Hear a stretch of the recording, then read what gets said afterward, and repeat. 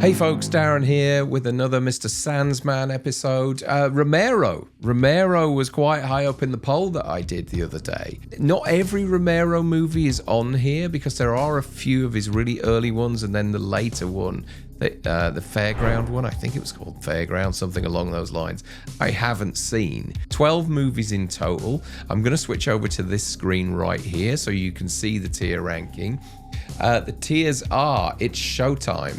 I got my cake, fuck-a-diddle, this is going to be very painful, and meteor shit. So let's get going, because there's 12 of these movies to talk about in what should be 10 minutes, but as some of you pointed out, sometimes I go to 12, 13 minutes, but who cares? Okay, first off, I'm going to go with Knightriders.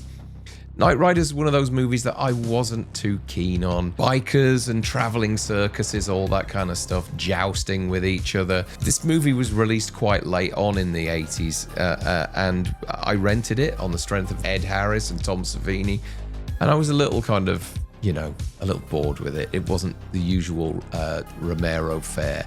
So a lot of you might like this film. I don't particularly. It's not the sort of movie that I'm into. So I'm going to put it, look, it's not an awful movie, but I'm going to put it in fourth place, which is, this is going to be very painful. Next, Survival of the Dead, the sixth of Romero's Dead movies. Obviously, we had Night, Dawn, Day, Land, Diary, Survival. Survival was one of these that just went basically straight to home entertainment in the UK. Didn't get a theatrical release whatsoever. It is made on a bit of a shoestring budget. You know, so there was some cheap CG in there. Wasn't a very good movie whatsoever. And I think he knew that at the time. I think it was quietly made. It was one of those movies that just kind of appeared, and George A. Romero's made another zombie film. It's like, where did that come from? Incredibly underwhelming. I'm going to put it in meteor shit. Sorry, George. I really didn't get on with this film whatsoever. The Crazies. I actually prefer the remake of The Crazies, but the original is good. I do, you know, quite enjoy the original at times. The Crazies for me is going to go in fuck-a-diddle. I don't watch it too often. I do own it. I probably only watch it, I don't know, once every 5 years or something like that, or when it pops up on TV. A movie that sits nicely between Night of the Living Dead and Dawn of the Dead. It's not a million miles away from what was going on in those films. But yeah, it's average Romero fare for me. Land of the Dead.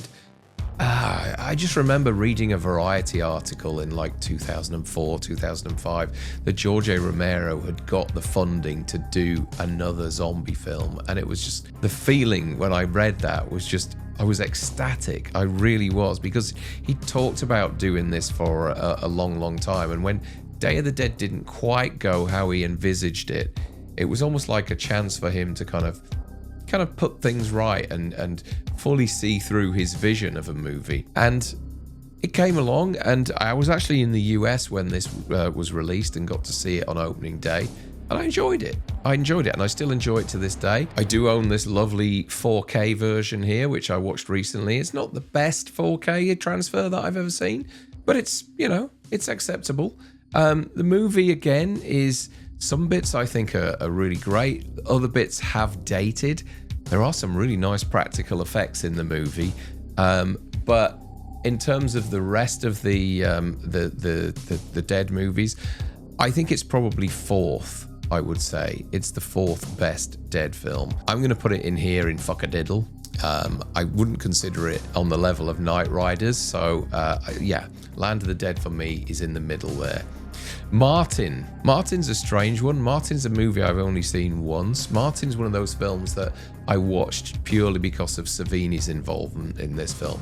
It was his first collaboration, I believe, with George A. Romero, and probably one of Savini's earliest gigs, because obviously he'd been in Vietnam and probably came out of Vietnam in 74, 75, something like that. And so I watched this purely out of curiosity. It was actually a video nasty in the UK, was this film, a Section 3 video nasty, and was probably seized and confiscated at the time, but it's not that strong a movie at all. I mean, there's some nice little effects work in there about a guy who's convinced he's a vampire. Like I say, I've watched this once. It's it was okay. I don't really have any plans to watch it again, but I didn't hate the movie when I first saw it. I thought it was okay.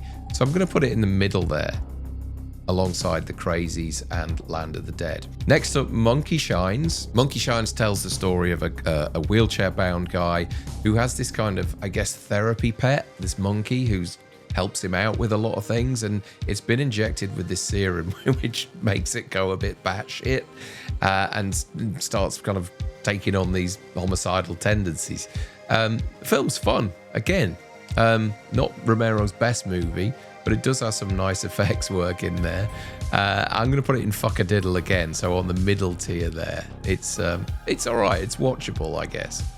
The Dark Half, Timothy Hutton. Almost like there are shades of movies like Tenebrae and what's the other film? In the Mouth of Madness with this.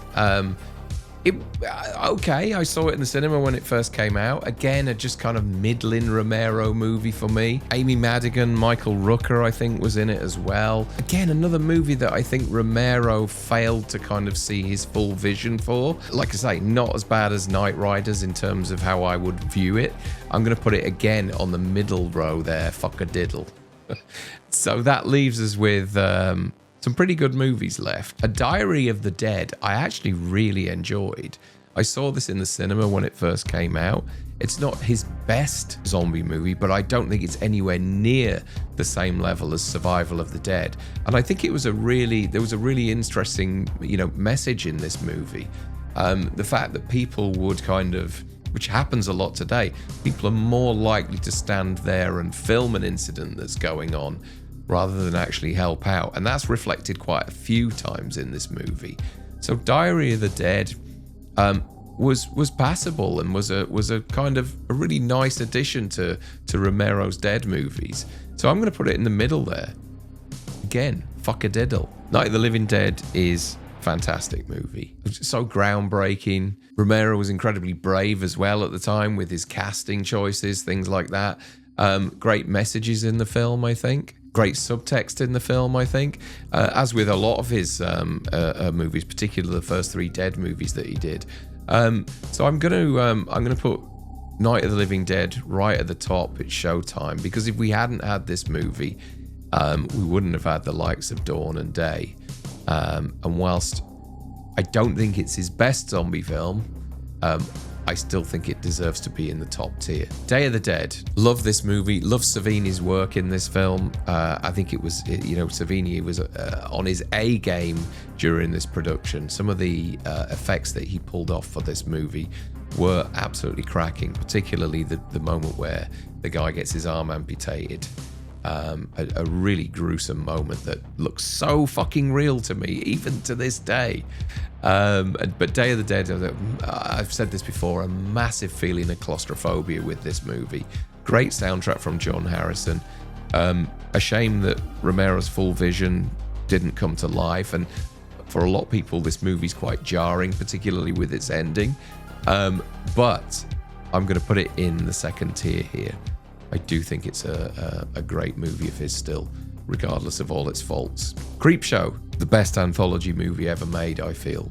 Pretty much love every segment apart from the final one. I've never been a fan of that Upston Pratt scene. I know Frank, my co-host on The Slaughtered Lamb, is a huge fan of the Upston Pratt segment, I should say. They're creeping up on you. I'm going to put it in the top there. For me, Creepshow ends after the crate. I never normally watch the Upston Pratt segment, although I do like the stories behind the cockroaches in that film. I think it's when you dig into how they got those cockroaches and the lengths they went to do that sequence, it is pretty fascinating. But yeah, Creepshow is top tier Romero for me. And then finally, Dawn of the Dead. A movie that I saw at a very young age, probably about 9 years old or something like that. I remember seeing the trailer for this film.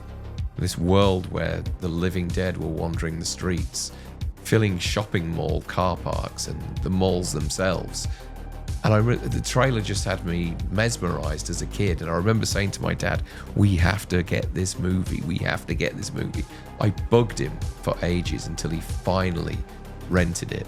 The Intervision VHS was in our house, and I watched Dawn of the Dead and loved every minute of it. And I'm the proud owner of this incredible Dawn of the Dead multiple version, I don't know, maybe there's 8 or 9 discs, books, everything you could wish for in this second sight box set.